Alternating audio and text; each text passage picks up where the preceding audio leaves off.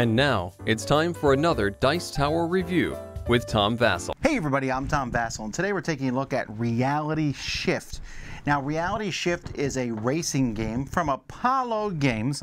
This is a futuristic racing game, as many racing board games are wont to be. But in this one, you're racing on the surface of a cube. But it could be any side of the cube, and the cube could change and shift and rotate, which could kill you. But of course, you just come back, you're respawned. It's a video game of sorts. Let me show you how it plays. So the game comes with 9 cubes. One of them has a starting thing on each side. You can see the green tokens. You're going to put that in one of the corners of a 3x3 grid with a white side facing upwards. And then the opposite corner, you're going to put the end position, which, as you might notice, is only on one of the sides, and that's also white. You then will randomly put the other blocks in place, just making sure these 4 will be the 4 different colors, red, yellow, blue, green, which have these symbols on them too to help differentiate the colors. And then the other 3 will just be white. And again, that's kind of random. It might, there's different colors on each of the sides, and it might be this way. So your goal is to get your little speeder biker from here to there.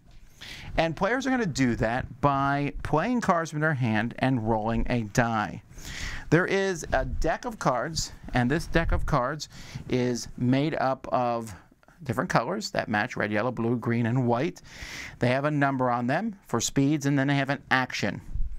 On your turn, the first thing that you'll do is you roll the die. This is your speed number. At some point on your turn, you must move your bike that many spaces. You also have 2 optional actions that you can do. You can spend a card for movement. If you do so, you'll do one of 2 things. You'll move this many spaces exactly, or you'll move 0 spaces but turn around 180 degrees. And then the other action you can do on your turn is play a card and do the action that's on that card. Now, when you first do movement, you're going to put your bike on the starting spot. Actually, you can put it on any starting spot. So these are magnetic, so you could even start on the side if you wanted to. Maybe the side was like this, and you think that's a faster way to get going. But you put it there, and you'll move spaces. And again, you can do these 3 actions. You can do them in any order. You can do the mandatory move this space, the optional action, and the optional movement here. You can pick the order you do them in. But let's say I'm blue. I say, okay, I'm going to go 4, 1, 2, 3, 4. You follow the path. You can't turn around. I can't go 1, 2, 3, 4 unless you do the movement card and turn 180 degrees. But other than that, you're going to move. If for some reason you're forced to hit a wall, like you go up around this corner, you'll hit that wall, or you hit another car, you're out. And you come back the next round, again, starting on the start spot. If you pass a checkpoint, there's a 5 here, and each of these cubes has a checkpoint on it. You'll notice this one here says 7. You may, once per game, take that checkpoint card. There's 1 for each, and each person can have only 1 checkpoint card, and once you're destroyed, you can come back on that checkpoint and start from there. Otherwise, you come back here. So again, you can spend these cards for the movement. That's pretty easy to understand. But then there are different actions that you can spend to manipulate the cubes. So this one here lets you slide a cube. Now, the color of the card matters here. A white card can be used to manipulate any cube, and any color card can manipulate a white cube. They're wilds. But a green card can only be used to do a green cube. The face-up version of it is what color it counts as, or one of the white cubes. Although, if you are on your own color, nobody can manipulate that.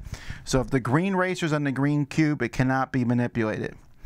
Now, when you slide a cube, and whenever you manipulate any cube, you can only manipulate a cube that is not completely surrounded, or that there's not another cube on top of. So when you slide a cube, if a cube's on top of another cube, and this can happen, it will come down. If there happens to be a racer on the side there, it smashes that racer and kills them. And maybe there's a cube here, and it will just slide to that position. Now, you can also rotate a cube, and there are different kinds of rotation, 90 degrees and 180 degrees, and that's simply do that, or completely around 180 degrees. And then there's 2 ways to rotate cubes. This one, you're simply going to take the cube and rotate it 90 degrees or 180 degrees. And again, that could smash a car if it gets put on the bottom. This one's a little trickier. This one swings a cube by its axis. So if I play that one on this red one here, for example, it's going to swing up like this on top of another cube. And it's possible to have big stacks of cubes here. And again, you can, since your cars are magnetic, you're driving on the sides and such. That's the whole game. There's a few other minor things, but you're basically just trying to get here. The first person to get there is the winner of the game. So the game comes with these 9 cubes, and they have little ridges in them, which let these stack pretty good. You'll notice when you put it on, it holds it in place pretty well. On them themselves, the spaces here, they're not particularly easy to see, but I don't find that to be a big problem. It's pretty easy to see what each one does, and there's just different cards here. The cards themselves are pretty low quality, actually, and I don't find, I would have preferred, like if you look at these 2 cards, it's not so easy to see what each card does here. I'm supposing they took the text off here to make it more internationally, recognizable, and you know, if you look at it, you can realize what they do. I just didn't find that to be particularly easy, but they do come with a card that shows you slide, rotate, flip, and tilt, and a player's turn. I think the rule book leaves a lot to be desired. The rule book here, and again, it has details on each of these, but slide cubes, I would have listed a whole lot more information. You have some shifting reality here, but when you're sliding cubes, like for example, slide example, they say, hey, if you slide off, you fall down. Well, what if can you slide on top of another cube? I don't think you can, but I would have been very clear about that. I think that they truncated these rules down a little bit, and I would have shown a whole lot of examples more of play. Now, this is these little cars, they're okay, these little models, but the fact that they are magnetic is really cool. I like that. That's neat to go up and down. I have here, this is the deluxe edition, which is the same as the normal version. The only difference is the deluxe edition comes with 3 extra here, and it comes with the deluxe edition rules, where it shows you all kinds of tracks you can build if you're using blocks from one set or from both sets. And I don't know why they didn't just add these into the base game, but you could do that yourself. You can make any track that you want. And there's some other battle modes and power modes and things like that. The one thing the deluxe mode has that I like a lot is the board.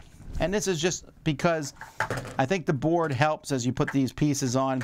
It just kind of gives you an idea of where everything is. And I especially like the alternate side of the board that has a track that you can kind of race around too. And I find that to be fun because then you can come off the cube, drive around the track, get back up on the cube. I think that's neat.